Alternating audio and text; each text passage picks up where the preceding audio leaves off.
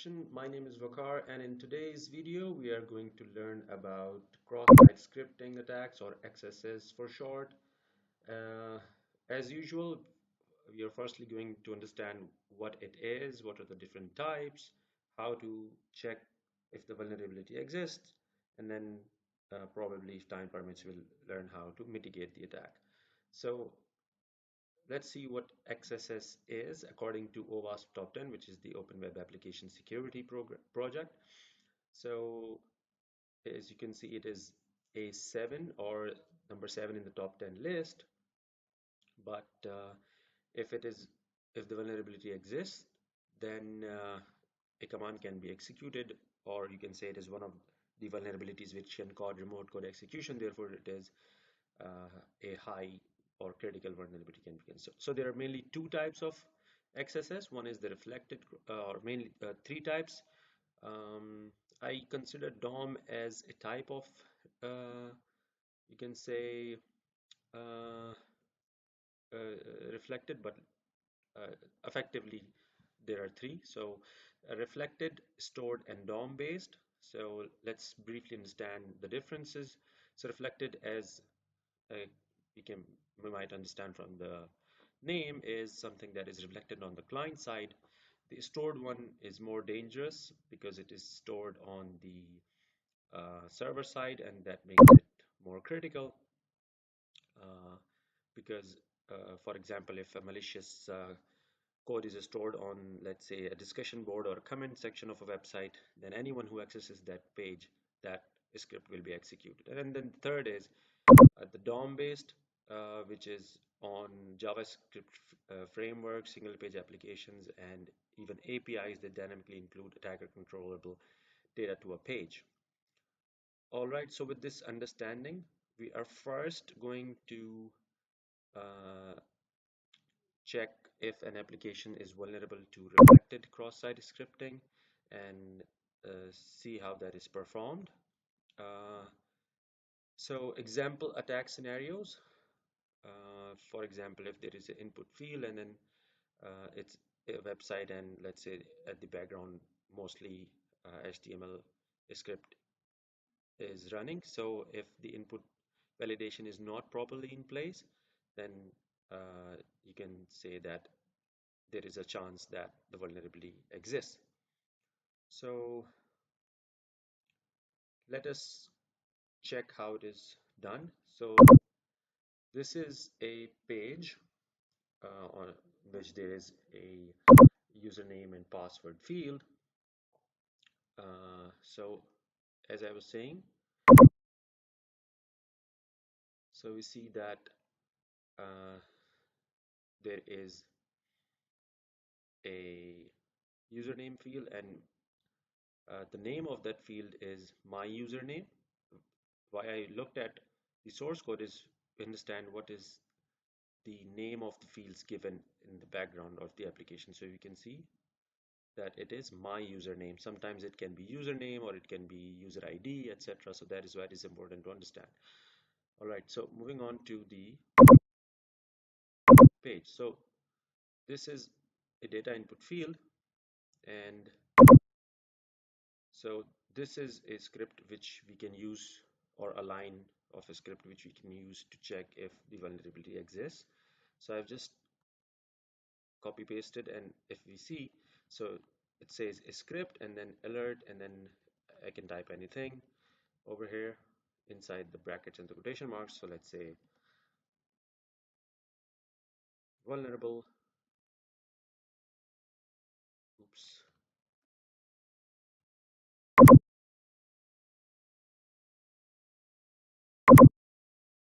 okay, so let's not disturb that.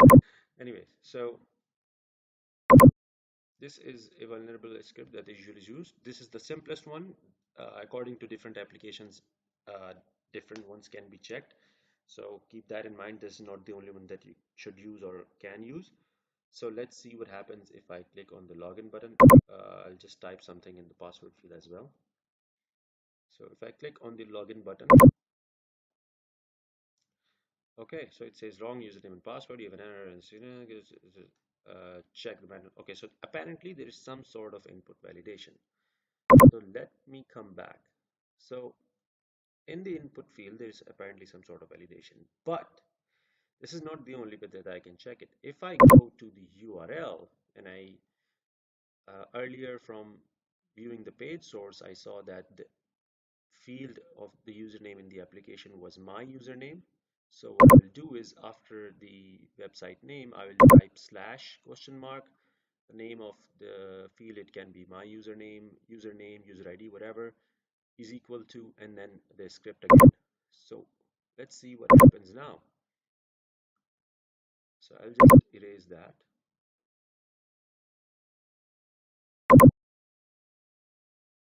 Then I'll try again.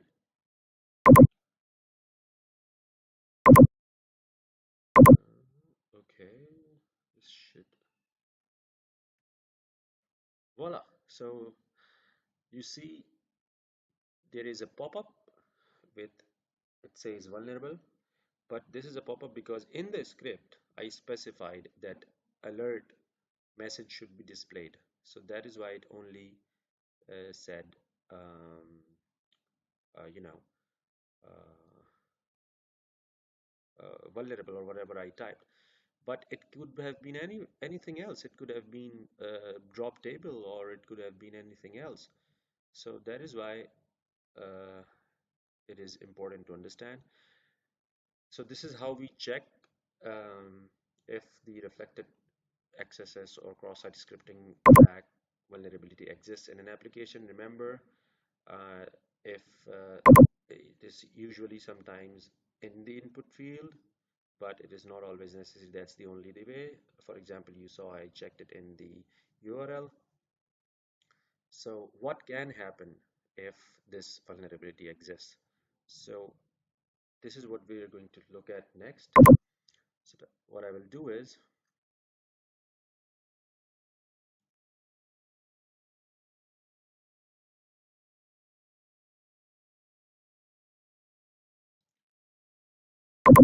in the where I said vulnerable, I'll type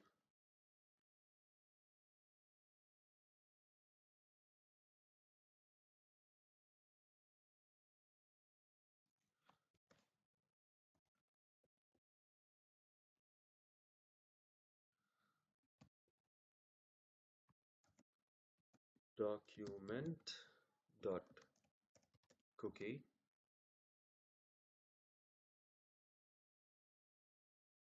Hmm,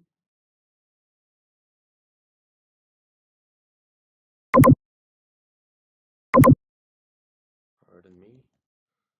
Just try again.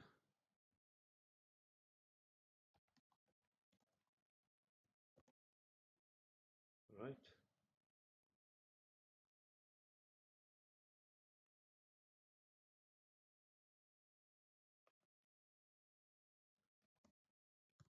Document dot cookie, and then delete the vulnerable part.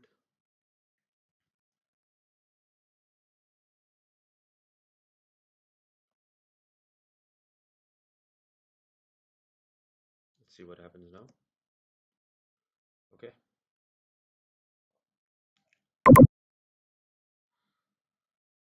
Now what I will do is I'll go to my terminal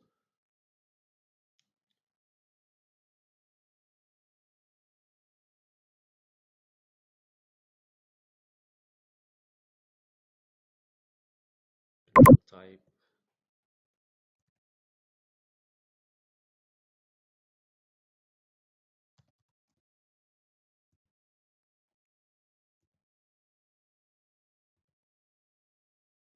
or I'll open a file, a text editor, that is the web server index,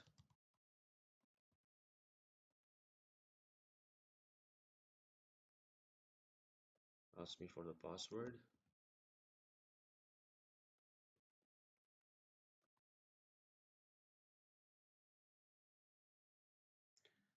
and I'm basically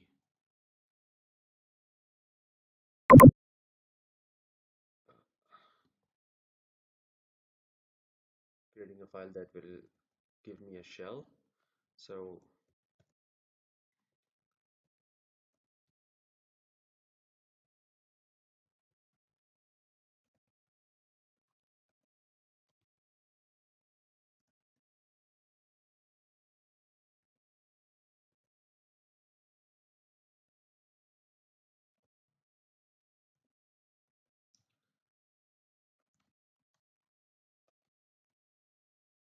I'm sorry for the time taken to type it. I tried to copy paste it, for some reason it didn't work, so I'll have to type it.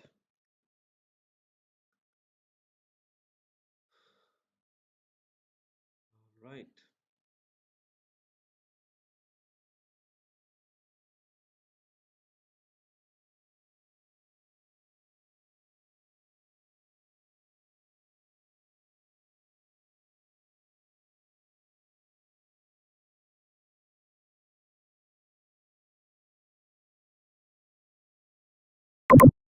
Okay. Okay, apparently this is not the file that I'm looking for. I think I made a mistake in the name.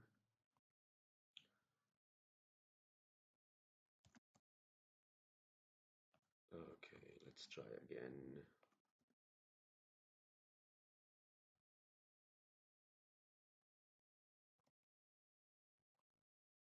Yeah, so over here,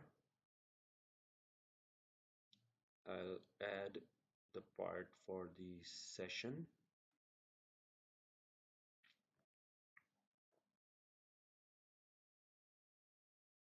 So PHP session underscore start.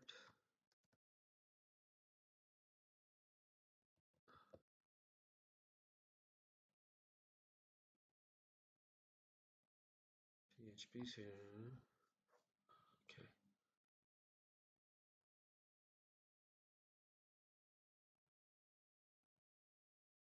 All right. So I'll just save it now.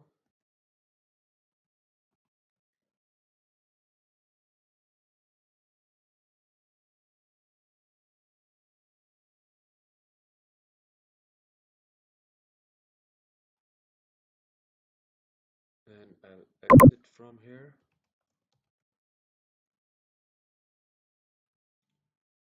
And now if I go to the page and I refresh it, so you see PHP session ID, and then there is a number.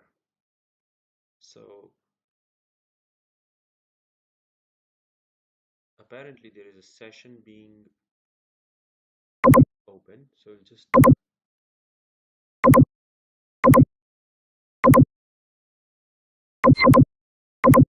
save this session ID in the clipboard.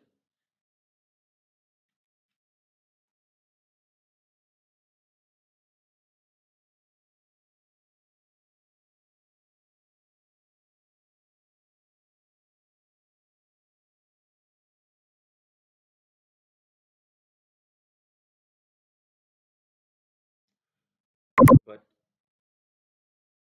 uh, even if you don't save it, you see that through using uh, reflected cross-site scripting, I am able to obtain the session ID of a person. Uh, so we learned what the cross-site scripting attack is, what are the different types, and we learned how to check for reflected cross-site scripting.